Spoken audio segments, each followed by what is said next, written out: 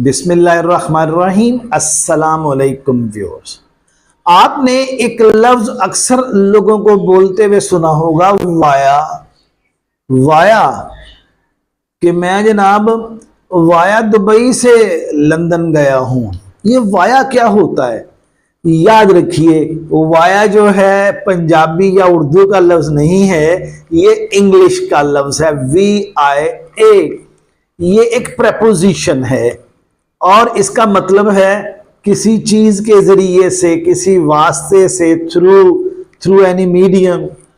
तो इसको हम फिक्रों में इस्तेमाल करेंगे। I went to London via Dubai. I draw money via ATM। She sent me her documents via Gmail. तो याद रखिए, वाया जो है पंजाबी का या अरबिक का लफ्ज नहीं है, एक ब्रिटिश लफ्ज है और उसका मतलब है किसी वास्ते के जरिए, एक प्रपोजिशन है। और हां, अगर आपको हमारा आज का लेक्चर अच्छा लगे तो अपनी इंग्लिश को खूबसूरत से खूबसूरत तरीन बनाने के लिए नदीम इंग्लिश स्किल्स को फॉलो, क्लिक करना मत भूलिएगा। Thank you.